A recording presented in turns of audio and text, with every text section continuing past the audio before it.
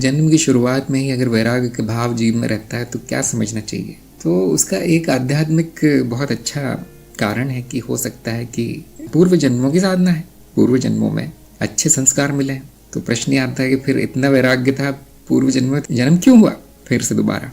तो उसका भी कारण है कि वैराग्य तो था लेकिन पूर्ण नहीं था और अभी भी इच्छाएं बची हैं, इसलिए वो कारण शरीर प्रकट हो गया वापस। मुझे तो इतना ही समझ में आता है। अब इस जन्म का क्या नतीजा निकलता है वो पूरी तरह आपके कर्मों पर है। अगर आपने उस वैराग्य को पकड़े रखा, वैराग्य के पौधे में और पानी डाला और खाद डाली, तो वो बढ़ेगा और वैराग्य इतना हो जाएगा कि मनुष्य जन्म से, मनुष्य काया से विरक्ति हो जाएगी कि अब क्या बचा है यहाँ पे, अब क्यों आऊँ यहाँ पे। जैसे ये भाव आया, समझो छुट्टी, इस जीव की छुट्टी, आपकी तो पहली छुट्टी हो चुकी है। ये लक्षण होना बहुत अच्छी बात है। ऐसा कुछ बच्चों में दिख पड़ता है कि उनकी न खेलने में रुचि है, न खाने पीने में रुचि है। उनके भाई बहन या उनके साथ जो बच्चे हैं वो सब उधम मचा रहे हैं, चीख रहे चिल्ला रहे हैं, और ये बच्चा कहीं अकेले घूम रहा है, कहीं कभी पेड़ पर जाकर बैठ जाता है 2-2 घंटे, कभी कोई किताबें पढ़ता है और तरह तरह के अजीब अजीब प्रश्न पूछता है जिनको उत्तर माँ बाप को भी नहीं आता। उसको बोला जाए खेलो, टीवी देखो, कार्टून देखो, थोड़ी देर देखता है और बोर हो जाता है, चला जाता है, सब कुछ नीरस है। तो इसका कारण दूसरा भी हो सकता है, अवसाद भी हो सकता है, लेकिन सही कारण शायद ये है कि वो ये सब भोग चुका है, बहुत बार कर चुका है। इन चीज़ों के बारे में वैराग्य है। अब उसका राग किधर है, अब उसकी इच्छा क्या है, शायद वो भूल चुका है। अभी माँ बाप का कर्तव्य है या गुरु का कर्तव्य है पूछना कि बेटा तुम्हें क्या पसंद है, क्या लेकर आऊँ मैं तुम्हारे लिए, क्या चाहते हो सकता है कोई 1-2 इच्छाएं बची हो उसकी पायलट बनना चाहता हो, हवाई जहाज़ उड़ाना चाहता हो, इस तरह कुछ बताएगा वो। और फिर आपको प्रयास करना चाहिए कि उसकी इच्छा पूर्ण हो ताकि उस जीव की मुक्ति हो। तो ऐसा होता नहीं है।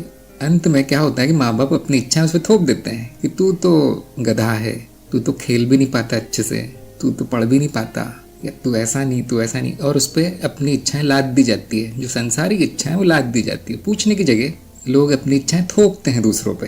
अक्सर ये देखा गया है। क्यों? वो भी तो अज्ञानी है। उनको ये सब नहीं बताया गया कि दूसरों की इच्छा सर्वोपरि है।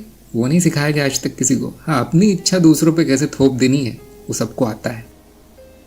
तो माँ बाप तो अपनी संपत्ति समझते हैं बच्चों को, ये नहीं समझते कि एक जीव ने, एक संभावना ने रूप लिया है, वहाँ पर उसकी प्रगति होनी चाहिए। ये तो खुद ही अज्ञानी, तो कैसे समझेंगे वो।